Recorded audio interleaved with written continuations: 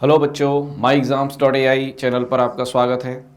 मैं वापस से जेई मेंस सेशन 2 के जो शॉर्ट वीडियोस की एक सीरीज़ हमने स्टार्ट की है उसमें एक टॉपिक लेके आया हूं और वो टॉपिक है synergic bonding coordination compound chapter है और उस चैप्टर का एक इम्पॉर्टेंट टॉपिक है ये।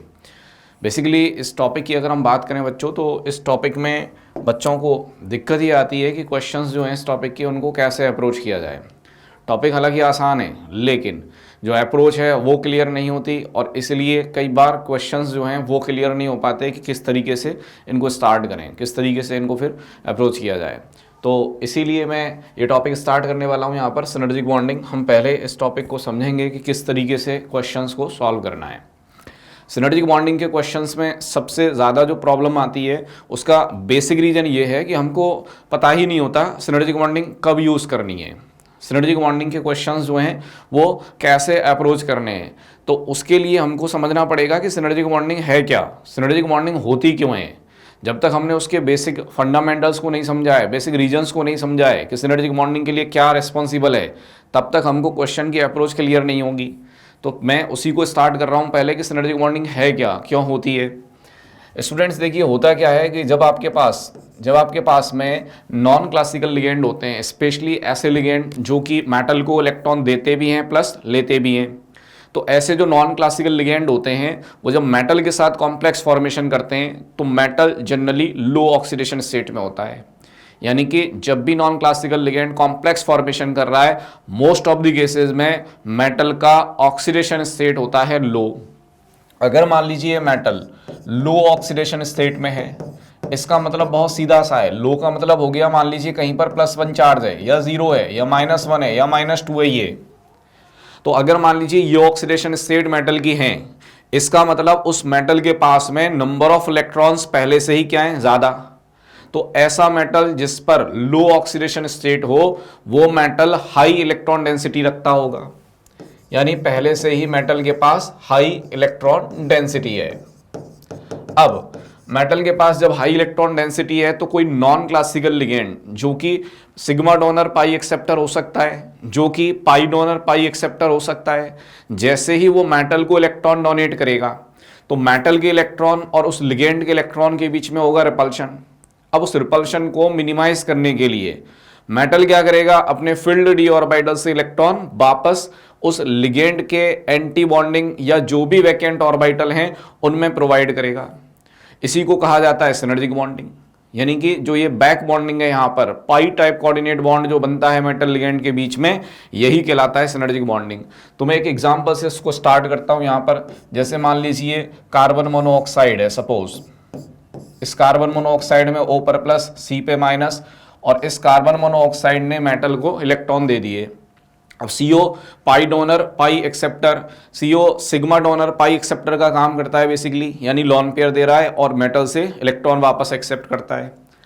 मेटल जिस पर पहले से हाई इलेक्ट्रॉन डेंसिटी है, पहले से जब भी सिनर्जिक बॉन्डिंग होगी आपको ये मान के चलना है कि मेटल पर हाई इलेक्ट्रॉन डेंसिटी है साहब पहले से ही। तो मेटल जैसे ही इस लिगेंड के इलेक्ट्रॉन को एक्सेप्ट करेगा, रिपल्शन होगा दोनों के इलेक्ट्रॉन के बीच, और रिपल्शन को मिनिमाइज करने के लिए ये मेटल वापस से इलेक्ट्रॉन देगा। तो जैसे ही इस मेटल ने इलेक्ट्रॉन कार्बन मोनोऑक्साइड को प्रोवाइड किए, CO अपने पाई एंटी बॉन्डिंग में इलेक्ट्रॉन एक्सेप्ट करेगा। तो होगा क्या, जितना ज़्यादा मेटल पर इलेक्ट्रॉन डेंसिटी ज़्यादा होगा उतना ही इस सेकेंड बॉन्ड के बनने के चांसेस ज़्यादा होंगे। इस सेकेंड बॉन्ड को हम क्या कह रहे हैं, सिनर्जिक बॉन्ड कह रहे हैं।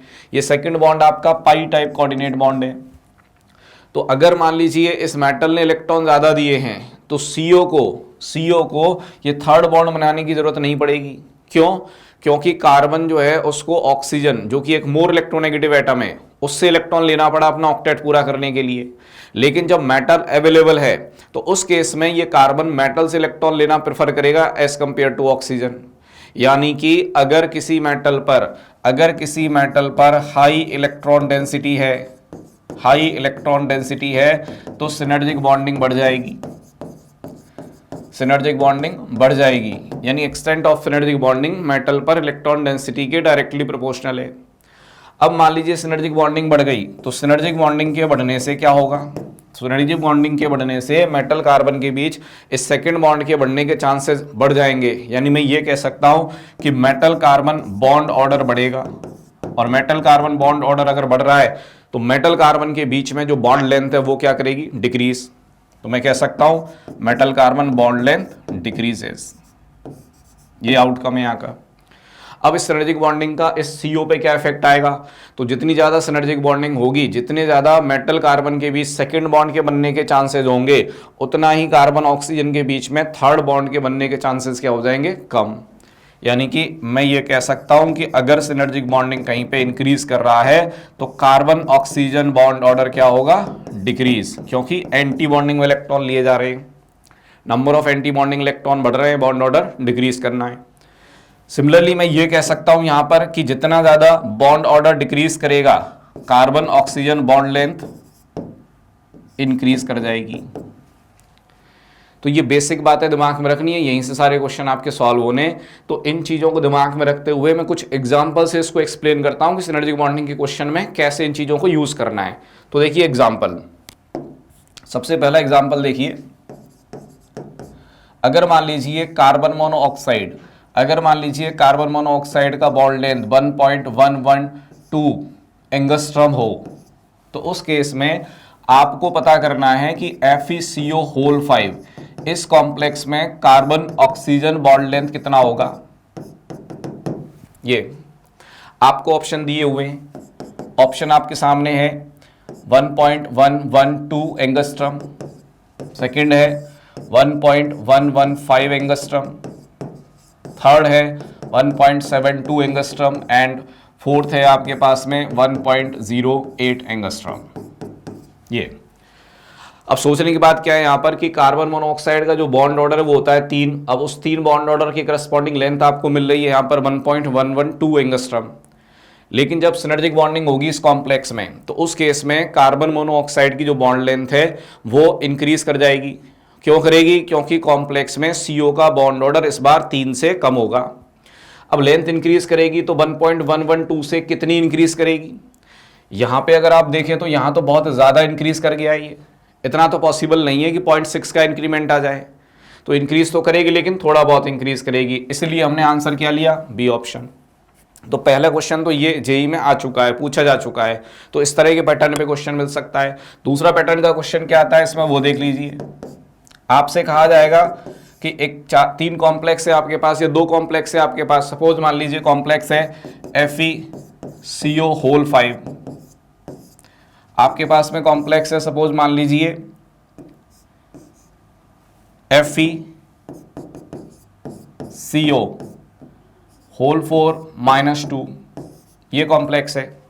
आपसे बोला गया कि कार्बन ऑक्सीजन बॉन्ड का जो बॉन्ड लेंथ है वो कंपेयर करना है आपको, CO बॉन्ड लेंथ, इसको कंपेयर करना है किसकी ज्यादा होगी किसकी कम होगी। तो भाई सिंपल सी बात है, यहां पर पहले मैं ये देखूंगा कि किस मेटल के पास में इलेक्ट्रॉन डेंसिटी ज्यादा है। अब यहाँ ये जो आयरन है इसका ऑक्सीडेशन स्टेट है -2 और इस आयरन का ऑक्सीडेशन स्टेट है 0। तो हमने बात कही थी कि जिस मेटल पर नेगेटिव चार्ज डेंसिटी ज़्यादा हो, इलेक्ट्रॉन डेंसिटी ज़्यादा हो, उस मेटल के सिनर्जिक बॉन्डिंग के चांसेस ज़्यादा होंगे।